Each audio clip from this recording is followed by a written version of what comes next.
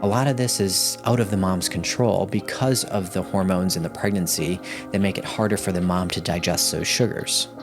We are moving right along in the pregnancy. We're now at the 24th to 28th week. And next up is the gestational diabetes testing, or what you might know as the Glucola or the glucose tolerance test. So let's talk all about it. It matters where you get your information. My name is Eric Schmidt. I'm a board-certified OBGYN, and today we're going to be talking about gestational diabetes and how we screen for it.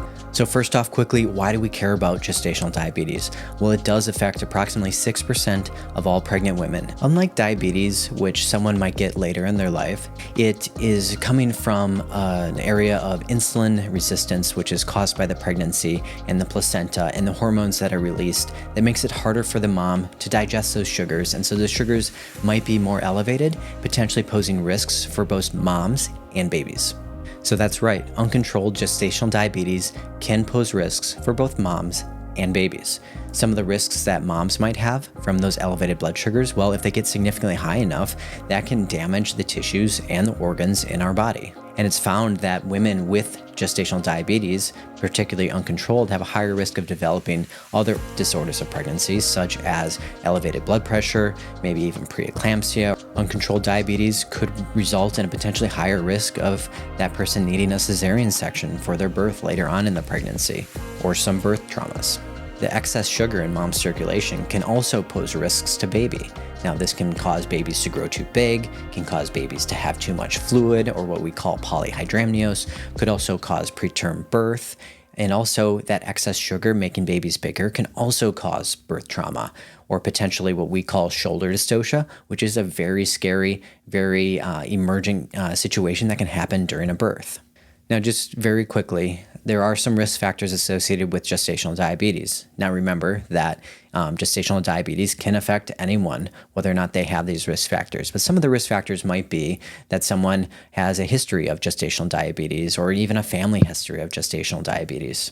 Moms who are AMA or advanced maternal age, while I do hate the term, they do pose a potentially slight increased risk of gestational diabetes.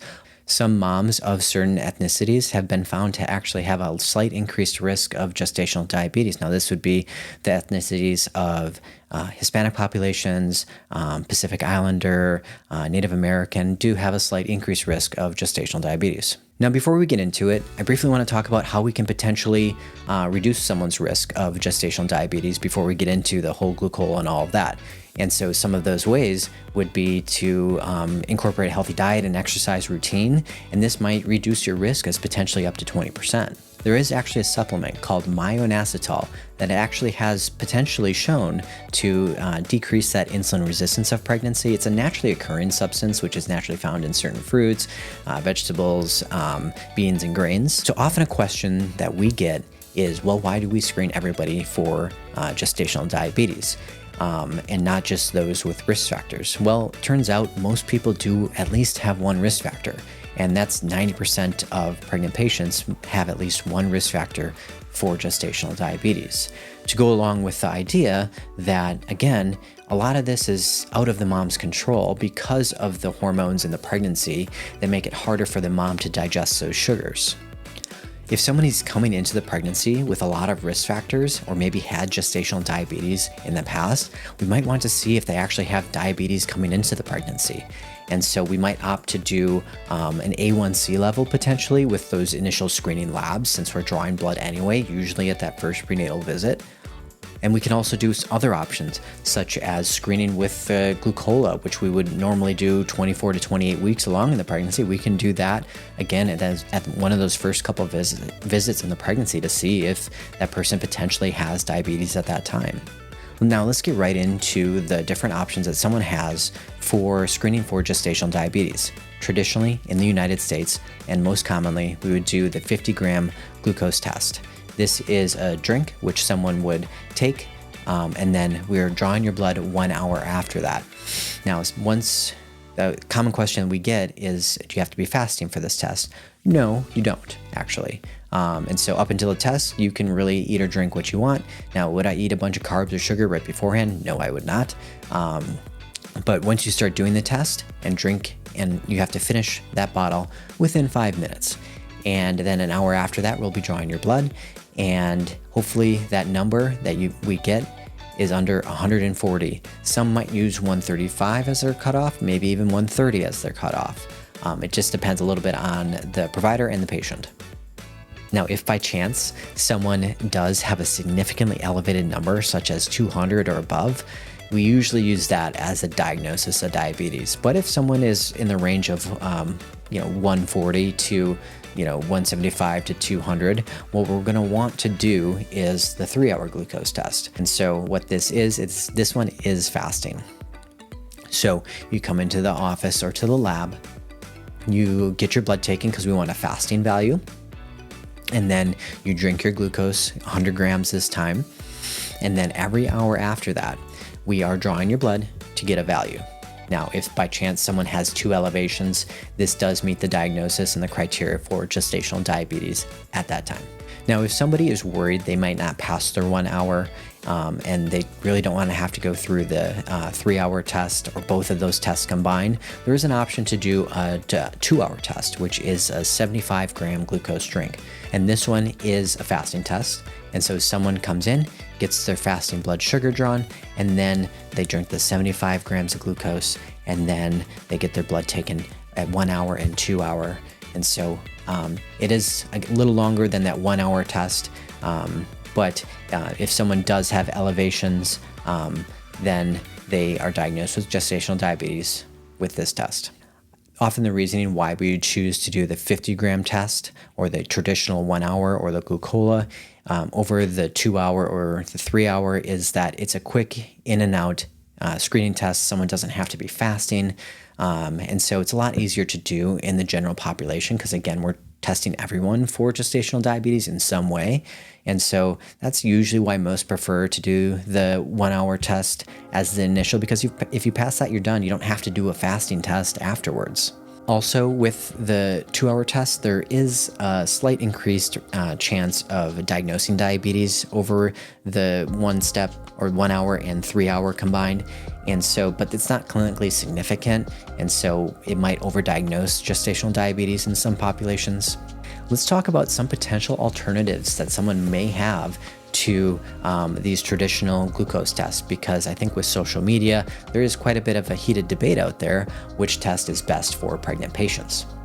Obviously, we want the test that is going to be the least disruptive, least toxic, safest for the pregnant individual, and the most reasonable, because sometimes there can be other factors such as nausea, not being able to tolerate the drink, or it just doesn't go down for some people, or they throw it up. But I just want to make one point clear.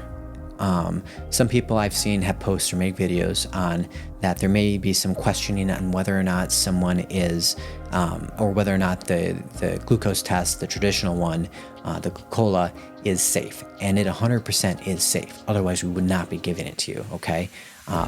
This video is not sponsored in any way by these glucose tolerance tests. And so this glucose drink is very safe. Now, if someone wanted a potential alternative that may be non-GMO, what's called the fresh test, which you can buy online for I think around $37, could be a potential option. So, but the ingredients are pretty much exactly the same. There is no increased levels of toxins or such in the glucose tolerance drink. Now, if someone really wanted to avoid a plastic container, which the Glucola does come in, the fresh test might be a good alternative because it comes in a baggie you buy online, you can mix it in a glass jar and have it that way. And so this could be a potential alternative, I think, in those reasons and the non-GMO. But beyond that, both of these likely are very safe. You may have also heard about potentially eating 28 jelly beans or 10 Twizzlers. Again, the reason why this screening test is made is because it's a very precise controlled option. And so if someone's eating other forms of sugar, well, there's multiple different kinds of sugar. And what we want is glucose, because the other types of sugar, whether it's fructose or whatnot, can be digested at a different rate. And so we're looking again at a time test. We need this to be standard and follow the studies and how it's diagnosed. Otherwise, we might be under or over diagnosing a particular disease. And so we don't really, while it could theoretically, you could do the 28 jelly beans, talk to your provider, or the 10 Twizzlers, it's also very hard to do. I tried it myself. It's not easy. Your jaw hurts, and it's still going to cause the same potential GI upset or chance of throwing it up. But it's also very hard to get that many jelly beans down. Probably the best alternative if someone is looking to avoid the Glucola is actually doing what we call glucose profiling, or actually just testing your blood sugars. And we do this 4 times a day for 2 weeks. What we're going to do, it's the glucose, and so you're going to get the supplies to monitor your glucose. So if you have somebody in the family that has diabetes or something like that, you've probably seen them. We're doing the blood sugar finger prick test fasting and 2 hours after a meal. Now that's 4 checks a day, 4 pokes a day for 2 weeks. And so if that is a better alternative for that individual, talk to your doctor. I'm sure they'd be happy to do that for you, or at least they should be, because the Glucola, the test, I've tried it. It can cause some GI upset, and I'm not obviously not even pregnant, and it caused me to have some nausea, some GI upset. So it's not for everyone, and so there are alternatives out there. So what are the take-home points from this episode? I babbled a lot, but what you want to know is we test everyone for, or screen everyone for, gestational diabetes, because it doesn't always matter on the diet and exercise as much as a non-pregnant individual. You may have multiple options when it comes to screening for gestational diabetes. Talk to your doctor, your provider, and they can go over what options that you might have and they are okay with. I hope that helped to clarify some points. If you have any questions, please feel free to use the comment section below. And we'll be making some more videos about the upcoming weeks in the pregnancy here in the near future. Hope you have a good day, everybody. Bye-bye.